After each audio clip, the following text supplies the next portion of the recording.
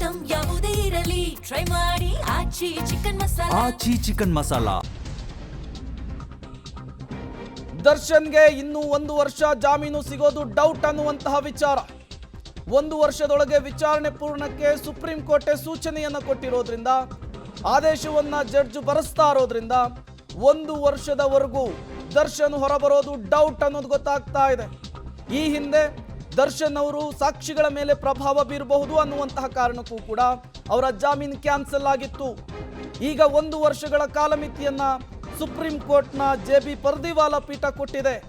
ಹಾಗಾಗಿ 1 ವರ್ಷ ಜಾಮೀನಿನ ಕನಸು ಕಾಣೋದನ್ನ ದರ್ಶನ್ ಬಿಡೋದೇ ಒಳ್ಳೆಯದು ಅನ್ನುವಂತಹ ವಿಚಾರ ಮುನ್ನೆಲೆಗೆ ಬರ್ತಾ ಇದೆ. ಯಾವುದೇ ಕಾರಣಕ್ಕೂ ಇನ್ನೊಂದು ವರ್ಷದ ಒಳಗೆ ದರ್ಶನ್ಗೆ ಜಾಮೀನು ಸಿಗೋದು ಡೌಟ್ ಅನ್ನೋದು ಕೂಡ ಗೊತ್ತಾಗ್ತಾ ಇದೆ. ವಿಚಾರಣೆ ಕಂಪ್ಲೀಟ್ ಆಗಬೇಕು, ಸಾಕ್ಷಿಗಳ ಹೇಳಿಕೆ ದಾಖಲಾಗಬೇಕು. ಅಲ್ಲಿಯವರೆಗೂ ಕೂಡ ದರ್ಶನ್ಗೆ ಯಾವುದೇ ಕಾರಣಕ್ಕೂ ಜಾಮೀನು ಸಿಗೋದು ಡೌಟ್ ಅನ್ನೋದು ಗೊತ್ತಾಗ್ತಾ ಇದೆ. ಸುಪ್ರೀಂ ಕೋರ್ಟ್ ಕೊಟ್ಟಂತಹ ಈ ಸೂಚನೆಯ ಮೇರೆಗೆ ಇನ್ನೊಂದು ವರ್ಷದವರೆಗೂ ಕೂಡ ದರ್ಶನ್ ಜೈಲಿನಲ್ಲಿಯೇ ಇರಬೇಕಾಗುತ್ತೆ. ಜೈಲು ಹಕ್ಕಿಯಾಗಿಯೇ ಕಾಲವನ್ನು ಕಳಿಬೇಕಾಗುತ್ತೆ. ದರ್ಶನ್ ಪರಪ್ಪನ ಅಗ್ರಹಾರದಲ್ಲಿಯೇ ಇರಬೇಕಾದಂತಹ ಪರಿಸ್ಥಿತಿ ನಿರ್ಮಾಣವಾಗುತ್ತೆ ಅನ್ನೋದು ಗೊತ್ತಾಗ್ತಾ ಇದೆ. ಅರ್ಜಿದಾರರ ವಾದ ಸರಿ ಇದೆ ಅಂತ ಹೇಳಿ ಜಡ್ಜ್ ಹೇಳಿದ್ದಾರೆ. ಪ್ರತಿದಿನ ವಿಚಾರಣೆಯನ್ನು ನಡೆಸೋದಕ್ಕೆ ನ್ಯಾಯಾಧೀಶರು ಸೂಚನೆಯನ್ನು ಕೊಟ್ಟಿದ್ದಾರೆ. ಪ್ರಕರಣದ ಇತ್ಯರ್ಥಕ್ಕೆ 1 ವರ್ಷಗಳ ಕಾಲ ಟೈಮ್ ಲೈನ್ ಅನ್ನು ಕೊಟ್ಟಿದ್ದಾರೆ. ಹಾಗಾಗಿ ಇವತ್ತಿನಿಂದ 1 ವರ್ಷದ ಒಳಗೆ ವಿಚಾರಣೆಯನ್ನು ಪೂರ್ಣಗೊಳಿಸಬೇಕಾಗುತ್ತೆ. ವಿಚಾರಣೆ ಪೂರ್ಣ ಆದ ನಂತರ ದರ್ಶನ್ ಅಪರಾಧಿನ ನಿರಪರಾಧಿನ ಅನ್ನೋದನ್ನ ಕೋರ್ಟ್ ತೀರ್ಮಾನಿಸಬೇಕಾಗುತ್ತೆ. ಅಲ್ಲಿಯವರೆಗೂ ಕೂಡ ದರ್ಶನ್ ಜೈಲು ಹಕ್ಕಿಯಾಗಿಯೇ ಇರಬೇಕಾಗುತ್ತೆ. ಅಲ್ಲಿಯವರೆಗೂ ಕೂಡ ದರ್ಶನ್ ಪರಪ್ಪನ ಅಗ್ರಹಾರದ ಜೈಲಿನಲ್ಲಿಯೇ ಇರಬೇಕಾಗುತ್ತೆ. ತತ್ಕ್ಷಣಕ್ಕೆ ಹೊರಬರಬೇಕು, ಬೇಲ್ ಸಿಗುತ್ತೆ ಅನ್ನುವಂತಹ ನಿರೀಕ್ಷೆಯಲ್ಲಿ ದರ್ಶನ್ ಇದ್ರು. ದರ್ಶನ್ಗೆ ಇನ್ನೂ 1 ವರ್ಷ ಜಾಮೀನು ಸಿಗಲ್ಲ ಅನ್ನೋದು ಸುಪ್ರೀಂ ಕೋರ್ಟ್ನಲ್ಲಿ ಇವತ್ತಾದಂತಹ ಬೆಳವಣಿಗೆಗಳಿಂದ ಸ್ಪಷ್ಟವಾಗ್ತಾ ಇದೆ. ಇದು 2ನೇ ಬಾರಿ ಅಟೆಂಪ್ಟ್ ಮಾಡಿದ್ದು ದರ್ಶನ್ ಜಾಮೀನಿಗಾಗಿ ಮತ್ತೊಮ್ಮೆ ಹಿನ್ನಡೆಯಾಗಿದೆ. 1 ವರ್ಷಗಳ ಕಾಲಮಿತಿಯನ್ನು ಕೊಟ್ಟಿರೋದ್ರಿಂದ ಮುಂದಿನ ವರ್ಷ ಮೇ 15ರ ತನಕ ದರ್ಶನ್ ಅವರಿಗೆ ಜಾಮೀನು ಸಿಗೋದು ಡೌಟ್. ದರ್ಶನ್ ಇನ್ನೂ 1 ವರ್ಷ ಜೈಲಿನಲ್ಲಿಯೇ ಇರಬೇಕಾದಂತಹ ಪರಿಸ್ಥಿತಿ ಈಗ ನಿರ್ಮಾಣವಾಗಿದೆ. 9 ತಿಂಗಳಿನಿಂದ ದರ್ಶನ್ ಜೈಲಿನಲ್ಲಿದ್ರು. ಇವತ್ತು ಬೇಲ್ ಸಿಗುತ್ತೆ ಅನ್ನುವಂತಹ ಆಸೆಯಲ್ಲಿದ್ರು, ಜೈಲಿನಿಂದ ಹೊರಬರ್ತೇನೆ ಅನ್ನುವಂತಹ ನಿರೀಕ್ಷೆಯಲ್ಲಿದ್ರು. ಬಟ್ ಅದೆಲ್ಲವೂ ಕೂಡ ಹುಸಿಯಾಗಿದೆ. ದರ್ಶನ್ ಅವರಿಗೆ ಇನ್ನೊಂದು ವರ್ಷಗಳ ಕಾಲ ಜಾಮೀನಿಲ್ಲ ಅನ್ನೋದು ಕೂಡ ಗೊತ್ತಾಗ್ತಾ ಇದೆ.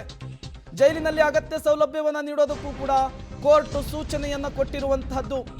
ಒಳಗೆ ಬೇಕಾದಂತಹ ಎಲ್ಲ ವ್ಯವಸ್ಥೆಯನ್ನು ಮಾಡ್ತೀವಿ, ಆದರೆ ದರ್ಶನ್ ಹೊರಗೆ ಹೋಗೋದಕ್ಕೆ ಅವಕಾಶವನ್ನು ಕೊಡಲ್ಲ ಅನ್ನೋದನ್ನ ಕೋರ್ಟ್ ಸ್ಪಷ್ಟವಾಗಿ ಹೇಳಿದೆ. ಮುಂದಿನ ವರ್ಷ ಮೇ 15ರ ತನಕವೂ ಕೂಡ ಜೈಲಿನಲ್ಲಿಯೇ ದರ್ಶನ್ ಇರಬೇಕಾದಂತಹ ಪರಿಸ್ಥಿತಿ ನಿರ್ಮಾಣವಾಗಿದೆ. ಪ್ರತಿನಿತ್ಯವೂ ಕೂಡ ವಿಚಾರಣೆಯನ್ನು ನಡೆಸೋದಕ್ಕೆ ಸುಪ್ರೀಂ ಕೋರ್ಟ್ನ ಜೆ.ಬಿ. ಪರ್ದಿವಾಲಾ ಪೀಠ ಸೂಚನೆಯನ್ನು ಕೊಟ್ಟಿದೆ. ಹಾಗಾಗಿ ದರ್ಶನ್ ಇನ್ನೂ 1 ವರ್ಷವೂ ಕೂಡ ಜೈಲು ಹಕ್ಕಿಯಾಗಿಯೇ ಇರಬೇಕಾಗುತ್ತೆ. ಪರಪ್ಪನ ಅಗ್ರಹಾರದ ಜೈಲಿನಲ್ಲಿಯೇ ಇರಬೇಕಾಗುತ್ತೆ.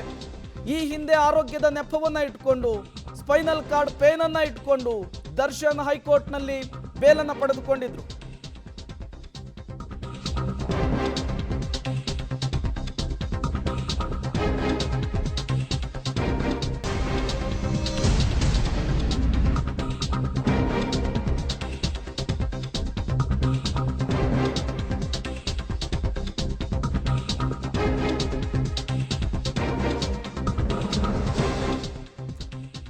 ದರ್ಶನ್ಗೆ ಇನ್ನೂ 1 ವರ್ಷ ಜಾಮೀನಿಲ್ಲ ಅನ್ನೋದು ಗೊತ್ತಾಗ್ತಾ ಇದೆ. ದರ್ಶನ್ಗೆ ಜೈಲಿನಲ್ಲಿ ಬೇಕಾದಂತಹ ಅಗತ್ಯ ಸೌಲಭ್ಯವನ್ನು ಕೊಡಿಸೋದಕ್ಕೆ ನ್ಯಾಯಮೂರ್ತಿಗಳು ಸೂಚನೆಯನ್ನು ಕೊಟ್ಟಿದ್ದಾರೆ. ಪ್ರತಿನಿತ್ಯವೂ ಕೂಡ ವಿಚಾರಣೆ ಆಗಬೇಕು, ಡೇ ಬೈ ಡೇ ವಿಚಾರಣೆ ಆಗಬೇಕು. 1 ವರ್ಷದ ಕಾಲಮಿತಿಯ ಒಳಗೆ ವಿಚಾರಣೆಯನ್ನು ಮುಗಿಸಬೇಕು ಅಂತ ಹೇಳಿದ್ದಾರೆ. ಈ ಮೂಲಕ ಜಾಮೀನಿನ ನಿರೀಕ್ಷೆಯಲ್ಲಿದ್ದಂತಹ ದರ್ಶನ್ ಅವರಿಗೆ ಮತ್ತೊಮ್ಮೆ ನಿರಾಸೆಯಾಗಿದೆ. ಬೇಲನ್ನ ಪಡೆದುಕೊಂಡು ಹೊರಬರ್ತೀನಿ ಅಂದುಕೊಂಡಂತಹ ದರ್ಶನ್ ಅವರ ಆಸೆ ಕನಸು ಮತ್ತೊಮ್ಮೆ ನುಚ್ಚು ನೂರಾಗಿದೆ. 1 ವರ್ಷದವರೆಗೂ ಕೂಡ ಕಾಲಮಿತಿಯನ್ನು ಕೊಟ್ಟಿದೆ ವಿಚಾರಣೆಯನ್ನು ಕಂಪ್ಲೀಟ್ ಮಾಡೋದಕ್ಕೆ. ಹಾಗಾಗಿ ದರ್ಶನ್ ಅವರಿಗೆ ಅಲ್ಲಿಯವರೆಗೂ ಕೂಡ ಜಾಮೀನು ಸಿಗಲ್ಲ ಅನ್ನೋದು ಸ್ಪಷ್ಟವಾಗ್ತಾ ಇದೆ. ವಿಚಾರಣೆ ಕಂಪ್ಲೀಟ್ ಆಗಬೇಕು, ಸಾಕ್ಷಿಗಳ ಹೇಳಿಕೆ ದಾಖಲಾಗಬೇಕು. ಅಲ್ಲಿಯವರೆಗೂ ಕೂಡ ದರ್ಶನ್ ಹೊರಬರಲ್ಲ, ಶೂಟಿಂಗ್ನಲ್ಲಿ ಭಾಗಿಯಾಗಲ್ಲ, ನಾರ್ಮಲ್ ಜೀವನವನ್ನು ನಡೆಸೋದಕ್ಕಾಗಲ್ಲ ಅನ್ನೋದು ಗೊತ್ತಾಗ್ತಾ ಇದೆ.